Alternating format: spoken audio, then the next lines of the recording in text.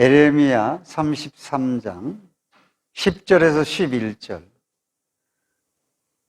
찾으신 줄 알고 다 같이 읽도록 하겠습니다.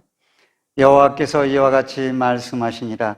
너희가 가리켜 말하기를 황폐하여 사람도 없고 짐승도 없다 하던 여기 곧 황폐하여 사람도 없고 주민도 없고 짐승도 없던 유다 성읍들과 예루살렘 거리에서 즐거워하는 소리, 기뻐하는 소리, 신랑의 소리, 신부의 소리와 및 만군의 여호와께 감사하라.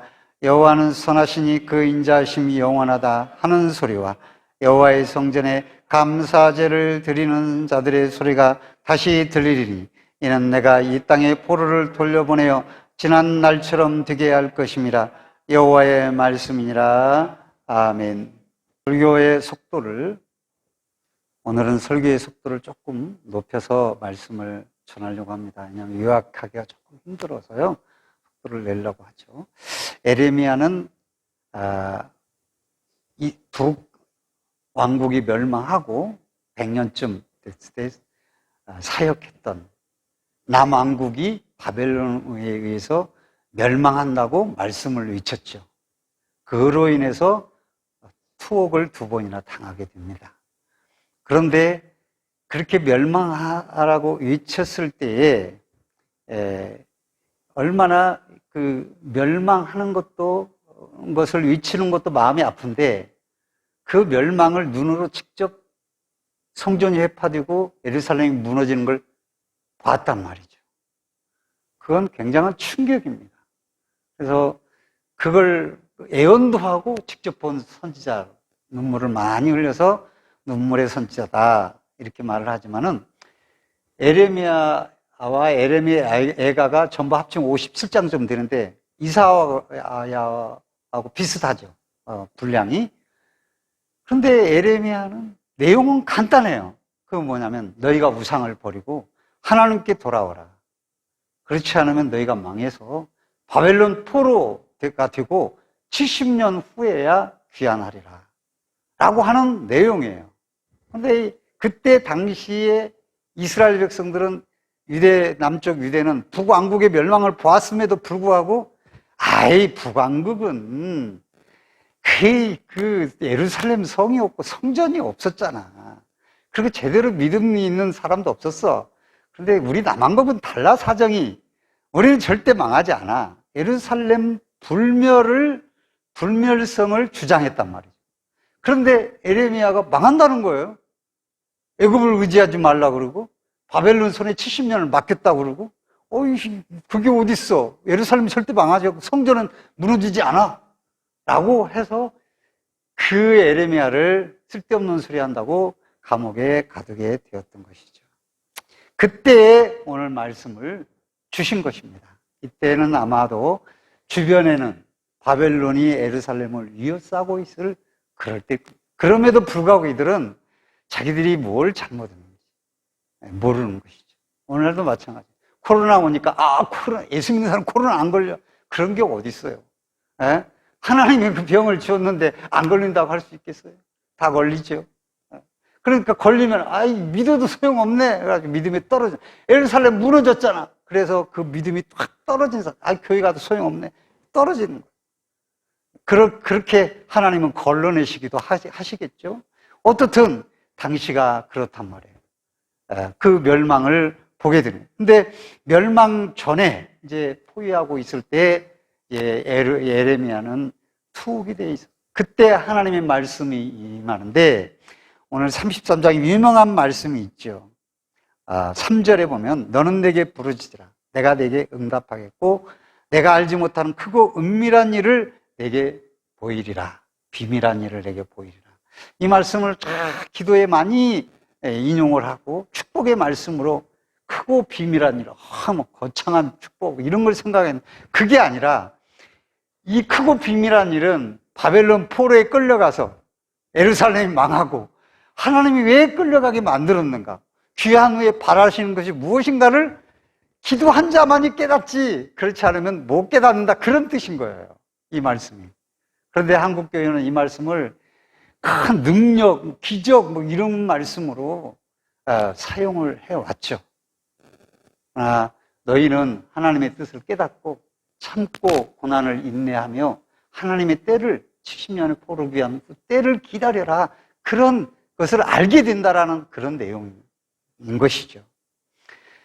그렇게 그런 가운데서 포로 귀환 한 후에 그러면 그 하나님이 이같이 말씀하시니라. 여호와께서 이와 같이 말씀하시니 한글 개역은 나 여호와가 너에게 이같이 말하노라 라고 직접 본인의 점을 더 강조했어요. 그러니까 그 백성들에게 바라는 마음, 70년 동안 포로가 생활하다가 다시 귀환을 해서 귀환시키는 그 하나님의 마음이 이 10절에 담겨 있다 이거예요. 하나님의 마음이. 그 너희가 어땠냐? 포로 귀환하고 오는 그 귀환 전이나 지금이나 너희가 어땠냐? 예루살렘이 황폐하고 사람도 다 끊어졌지. 그렇잖아요. 와서 보니까 다 풀만 있고 터만 있고 사람도 없잖아요. 그렇게 돼서 그 이유가 뭐냐 이겁니다. 그것이 하나님의 마음과 나 여호와가 말하노라 하는 마음과 지금 다 있는 것이죠. 왜 그렇게 소리가 끊어졌냐? 그것은 하나님이 듣고 싶어하는 소리가 없었다라는 거예요. 예루살렘. 그러니까 아예 그 소리가 나오지 않도록 잘라버리는 거예요. 자르시겠다는 거예요. 그래서 이제 돌아왔어요. 돌아오면 너희가 그 소리를, 돌아온다면 너희가 그 소리가 회복돼야 된다. 그게 무슨 소리냐? 따라서 합시다. 감사의 소리. 예, 감사를 드리는 제사의 소리. 그 다음에 감사의 소리. 다 같은 두 번의 감사를 얘기하고 있어요. 그 소리를 듣고 싶다라는 거예요. 하나님의 마음. 그게 없어서 예루살렘이 황폐해졌다라는 거예요. 그럼 왜 이스라엘 백성들은 그러면 이 소리가 없었냐? 이스라엘 역사에서 왜 감사의 제사의 소리가 없고 감사의 소리가 없었겠습니까? 한때 또 그게 회복되어가지고 감사의 소리가 충만할 때 있었어요. 다윗 시대 같은 때는 믿음이 충만하고 감사제를 막 드리고 하나님 앞에 감사하고 그런 때도 있었어요. 그러나 수많은 세월들 보면은 감사하기보다는 오히려 불평과 원망으로 탐욕으로 얼룩진 이스라엘 백성들의 모습을 성전에서 보였다라는 거예요. 그러니까 하나님이 성전문을 닫았으면 좋겠다고 말할 정도로 마당만 받고 간다고 말씀하시면서 성전을 무너뜨리신 거죠. 당신의 성전을. 왜 그러면 이렇게 감사 생활을 하지 못해서 황폐하게 됐는가? 이스라엘 백성들이 기본적인 세 가지를 못했기 때문이에요. 그건 하나님이 시내산에서 절기를 주시면서 세 가지 중심적인 절기를 주셨어요. 첫째, 우리가 잘 아는 무교절, 유월절, 구원에 대한 감사. 두 번째는 맥추절, 오순절, 영적으로는 성령 강림에 대한 감사. 이거 우리가 성령 강림이 근데 성령으로 우리가 인침을 받고 구원을 얻는 매우 놀라운 사건이 오순절 강림의 사건이거든요. 보증이에요, 성령이. 인도도 하시고. 그런데 우리는 그 성령 오순절을 그렇게 크게 여기지는 않죠, 사실은. 그렇지만 이것을 맥추절이라고 하는 절기와 맞닿게 해서 감사를 드리도록 하신 거죠. 당시에 보리를 수확으로 거둬서 하나님 앞에 전반기 은혜에 감사하도록 하는 거죠. 그 다음에 세 번째로는 초막절, 장막절입니다. 이날은 일주일 동안 장막을 치고 초막을 치고 거기서 곡식을 저장시켜 놓고 하나님 앞에 광야의 나그네로 지냈던 우리를 천국을 바라보며 가나안을 바라보며 살게 하셨다. 그걸 기념하면서 장막절을 일주일 동안 드리도록 그렇게 이 세 절기의 의미가 있는데요. 딱 그 세 절기를 다 합치면 첫째 의미가 뭐냐면 너희는 노예였다. 그 말씀입니다. 그걸 잊지 말아야 되는 거예요. 이 절기를 통해서. 자, 절기를 드리면서 먹고 놀고 이것만 있으면 안 된다는 거예요. 그 절기의 의미가 너희는 노예였다라는 거예요. 그걸 잊지 말라. 허물과 죄로 죽었던 너희, 애굽의 종되었던 너희를 내가 구원했으니 너희는 그걸 잊지 말고 감사하라고 말씀을 많이 하시는데 이스라엘 백성들은 광야 생활하면서 뭐라 그랬어요? 아니 고깃국 잘 먹고 있는데 노예 생활을 했지만 저녁에는 그래도 불 지펴서 솥에다 고깃국 끓여 먹었잖아. 아이, 그때로 가고 싶어. 이 엄청난 반대의 소리예요. 노예였다는 사실은. 그러니까 1년 2개월 동안 시내산 밑에 있다가 가나안 정탐권을 보내고 나서 40년을 더 그것을 바꾸지를 못하고 그 불평을 제거하지 못하고 노예 생활을 그리워했다. 오히려 감사하기는커녕. 그러니 하나님의 마음이 어떻겠습니까? 하나님은 잊지 말라고 자꾸 하시는데 그 백성들은 오히려 감사하라고 하는데 그 백성들은 오히려 원망하고 불평하는 겁니다. 그것이 큰 잘못. 그 다음에 두 번째는 노예 생활에서 벗어나서 광야 생활의 삶을 감사하라는 거예요. 그래서 이것 반대예요. 이스라엘 백성. 광야 생활에 감사할 게 뭐가 있어.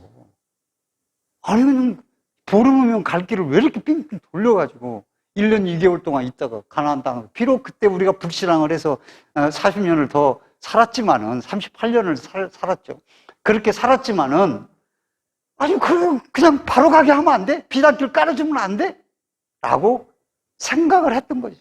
그러니까 뭘 하든지 불평불만이에요. 물이 없다고 금방 불평불만이요. 먹을 것 없다고 파가. 그리고 아무도 먹어보지 못한 만나와 메추라기를 줬는데도 불구하고 이번에 파와 마늘이 없다고 불평을 하는 거예요. 이 말은 뭐예요? 파와 마늘이 없으면 또 뭘 불평할 거예요? 왜 따뜻한 집이 없냐 이거예요.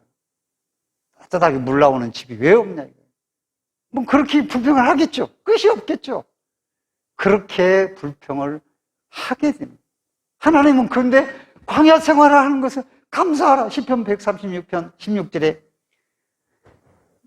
너희를 인도하여 광야를 통각해 하신 이에게 감사하라. 그렇게 말하라. 그 백성을 인도하여 광야로 통각해 하신 이에게 감사하라. 그 인자하심이 영원함이로다라고 말씀하시는 거예요.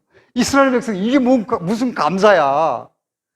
알고 보면 불기둥, 구름기둥, 만나와 메추라기, 하나님의 적들로부터 보호하고 그렇게 이렇게 광야를 걷게 하신 것은 다리가 힘이 없던 그들에게 이 광야를 지날 수 있도록 또 믿음의 삶을 살 수 있도록 다리를 굳게 하기 위한 훈련이었다.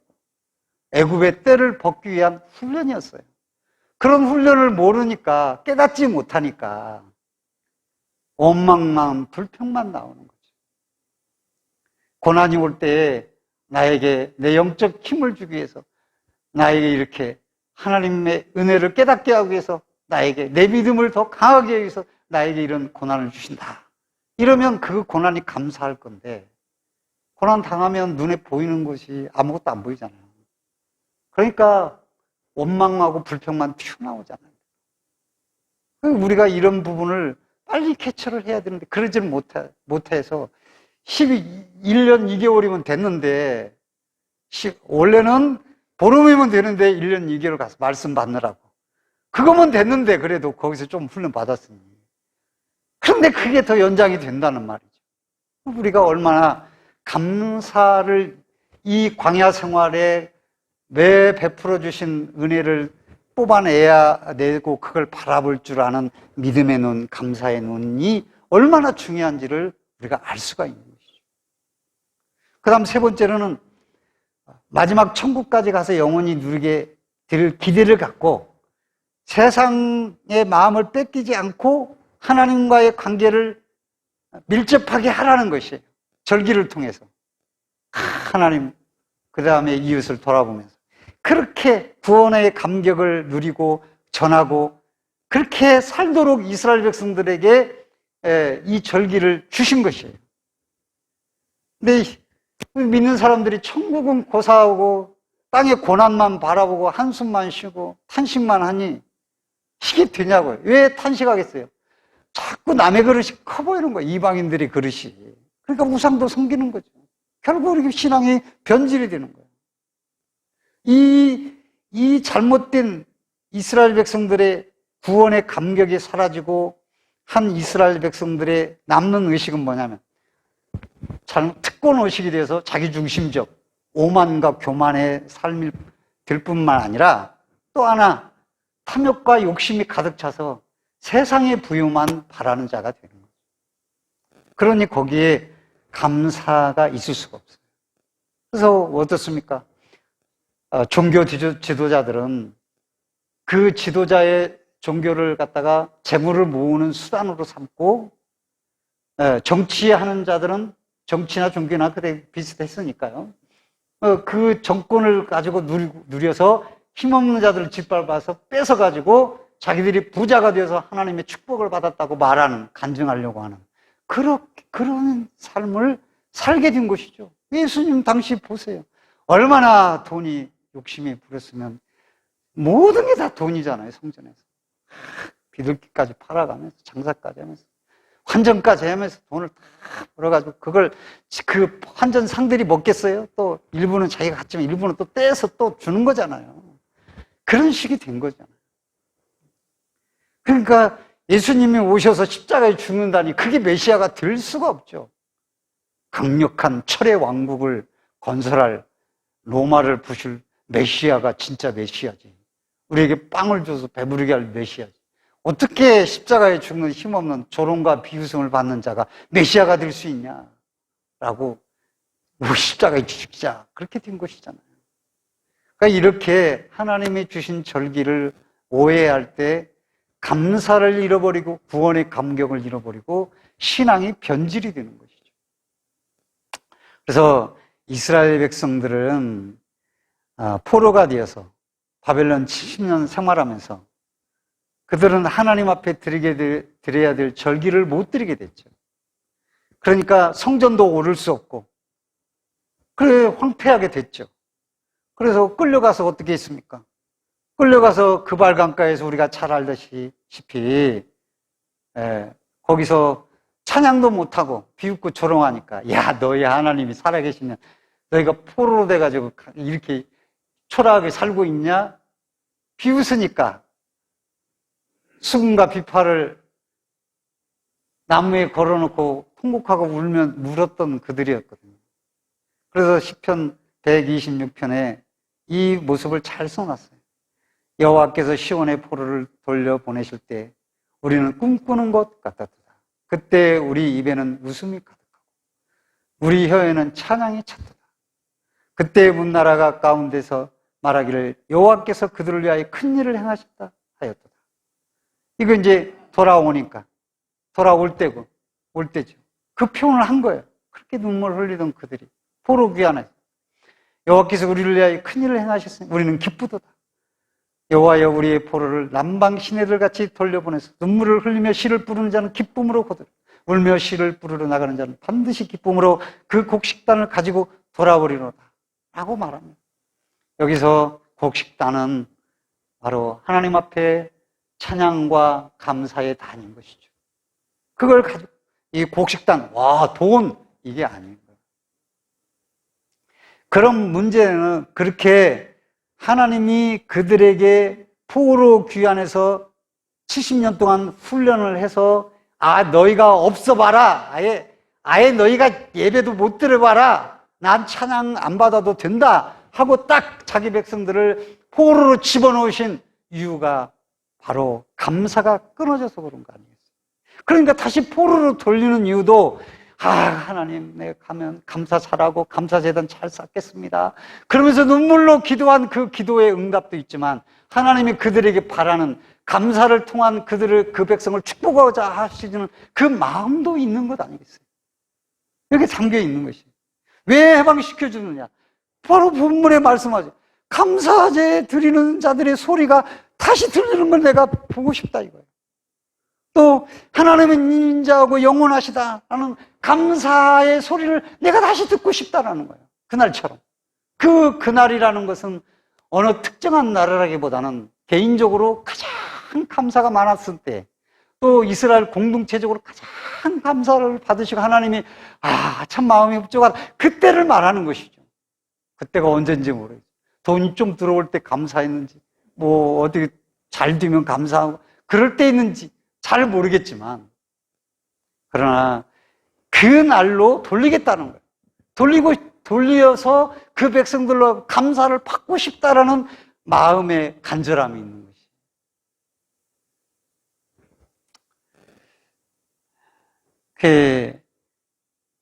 우리가 감사제를 드리는 자들의 소리가 다시 들리게 하리라. 야, 빨리빨리 움직여라. 오늘 추수감사 예배 들어가야지. 마음 놓고 이렇게 농사도 짓고 하나님 앞에 예배하네. 오늘 감사제, 추수감사 드리는 날이다. 자, 얼른 가자.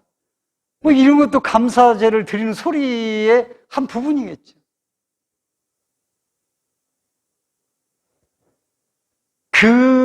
그런 소리를 듣기 위해서 귀환시키셨다라고 말씀하십니다. 말씀을 맺습니다. 그러므로 추수감사를 드릴 때마다 우리는 다시 한번 생각해야 되죠. 마음 놓고 예배 드릴 수 있는 것. 지금은 코로나 시대라 그러지 못할 수 있겠고. 내가 애쓰고 노력한 만큼 먹고 살 수 있게 된 것. 아니, 앞으로 하나님이 주신 은혜에서 은혜를 주셔서 해결될 수 있으리라고 기대되는 모든 것. 모든 것들로 인하여 감사하라고 하는 것입니다. 근데 이상해요. 우리가 체험을 해보면 압니다. 고난이 왔을 때 그 고난이 두렵지 않고 오히려 그 고난을 겪으면서도 감사가 나오는 건 그 고난을 통해서 반드시 좋은 유익을 우리에게 깨닫게 하고 우리의 삶을 돌아보게 하고 우리를 변화시키고 또 우리로 하여금 다시 한번 하나님의 축복을 받게 하려고 하는 하나님의 의도가 드러나게 되고 그걸 알게 되고 또 그러한 것을 체험하게 되는 걸 보고 알게 돼요. 그러나 감사가 없으면 그냥 어두움이고 그냥 고난인 거예요. 그게 중요한 것이죠. 하나님이 그 백성들에게 바라는 마음, 감사의 소리를 듣고 싶어하는 마음, 그게 본문의 에레미야를 통해서 눈물의 선지자 에레미야를 감옥에 가둬놓은 그 선지자의 입술을 통해서 전하게 하고 들려주고 싶은 그 말씀이 바로 감사의 소리를 듣고 싶다는 것이죠. 별거 아닌 걸로 불평하고 원망하는 습관을 우리는 던져버리고 하나님께서 나의 감사의 소리를 듣고 싶어 하시는구나. 이 광야를 지날 때 듣고 싶은 소리, 기뻐하는 소리, 찬양의 소리, 감사의 소리가 여러분의 마음에, 여러분의 입술에, 여러분의 가정에, 하나님의 교회에, 여러분의 삶에 들려지기를 주의 이름으로 축원드립니다.